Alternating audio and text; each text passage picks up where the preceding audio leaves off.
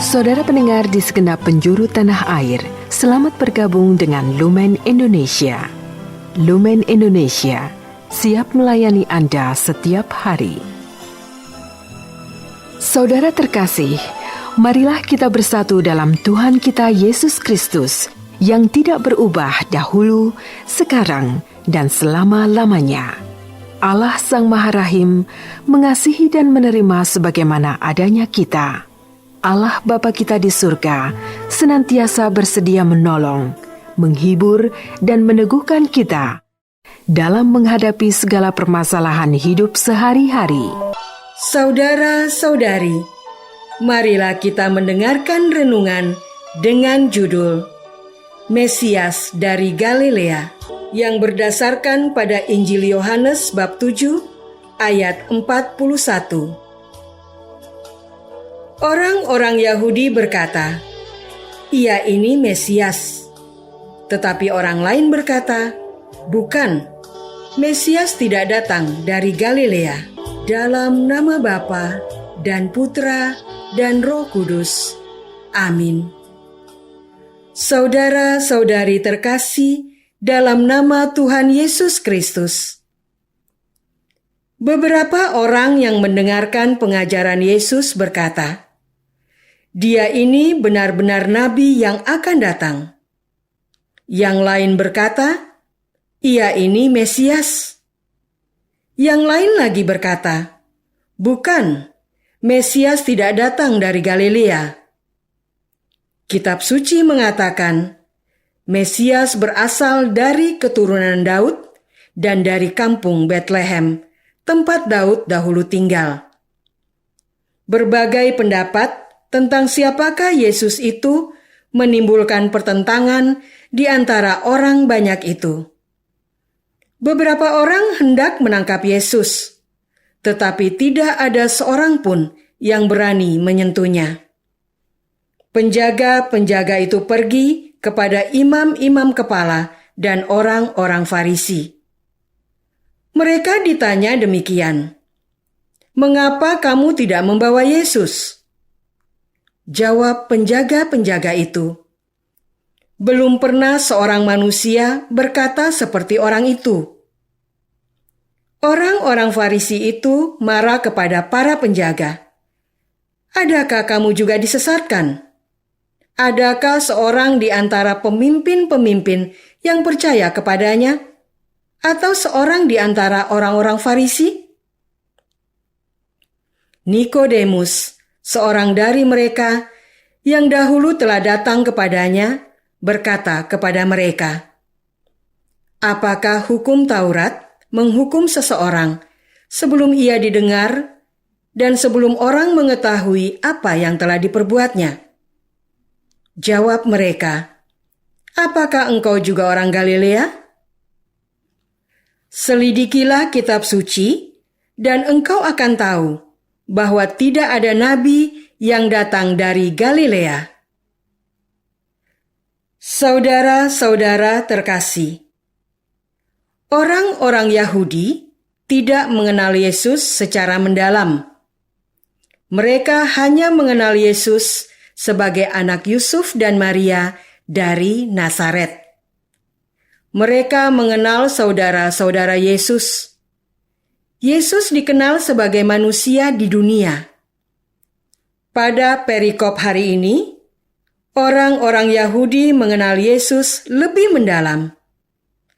Ada yang menganggap Yesus sebagai nabi yang datang. Beberapa orang Yahudi lainnya berpendapat bahwa Yesus adalah Mesias. Yesus sudah diterima lebih daripada seorang manusia dari Nazaret. Sikap orang-orang Yahudi ini didasarkan atas apa yang mereka dengar dari pengajaran Yesus.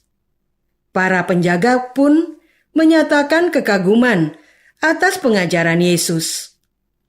Belum pernah seorang manusia berkata seperti orang itu.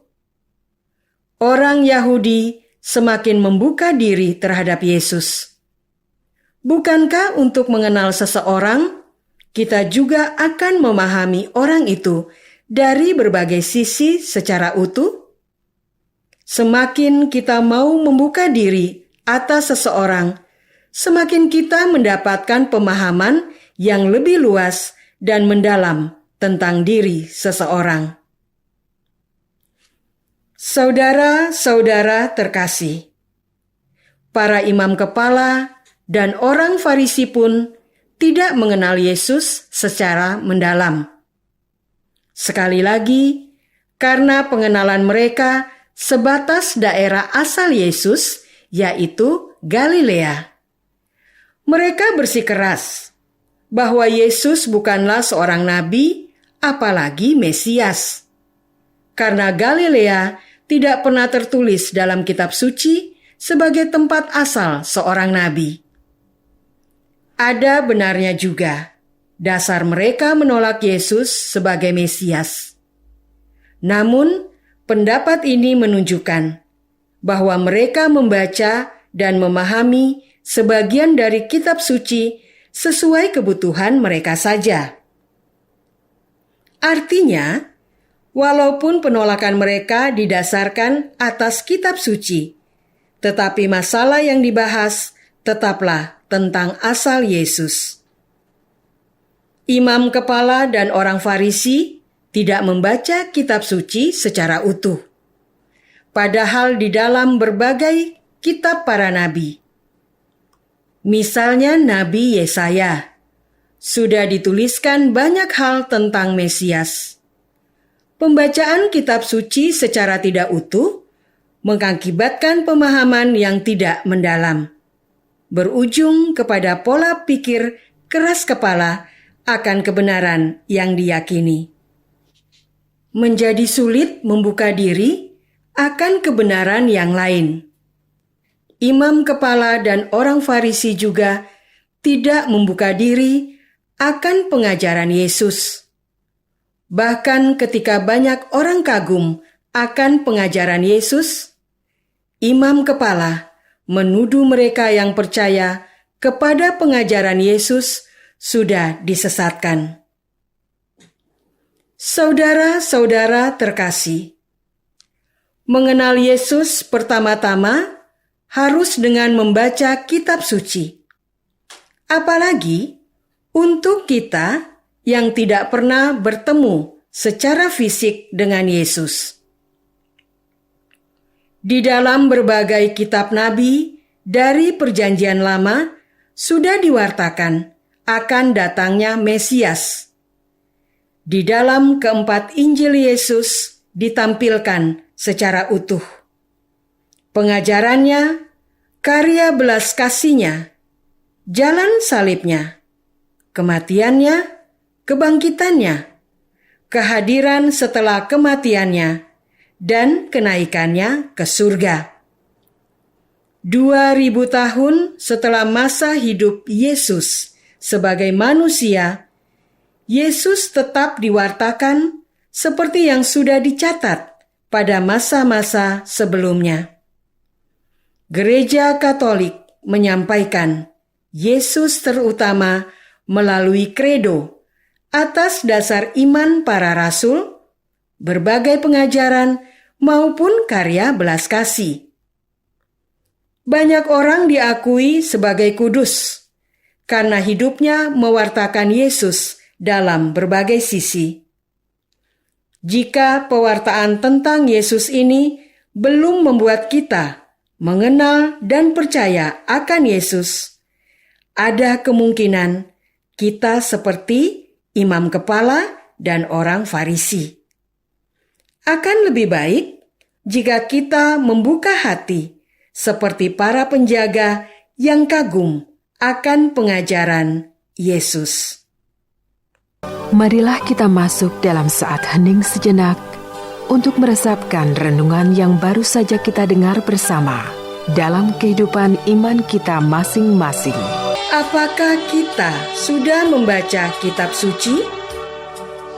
Apakah kita sudah mengenal dan percaya akan Yesus? Marilah kita berdoa. Ya Tuhan, betapa kami itu tegar hati, tidak mau membaca kitab suci secara utuh. Kami juga tidak mendengarkan pengajaran Yesus. Pendampingan gereja Katolik pun tidak kami indahkan.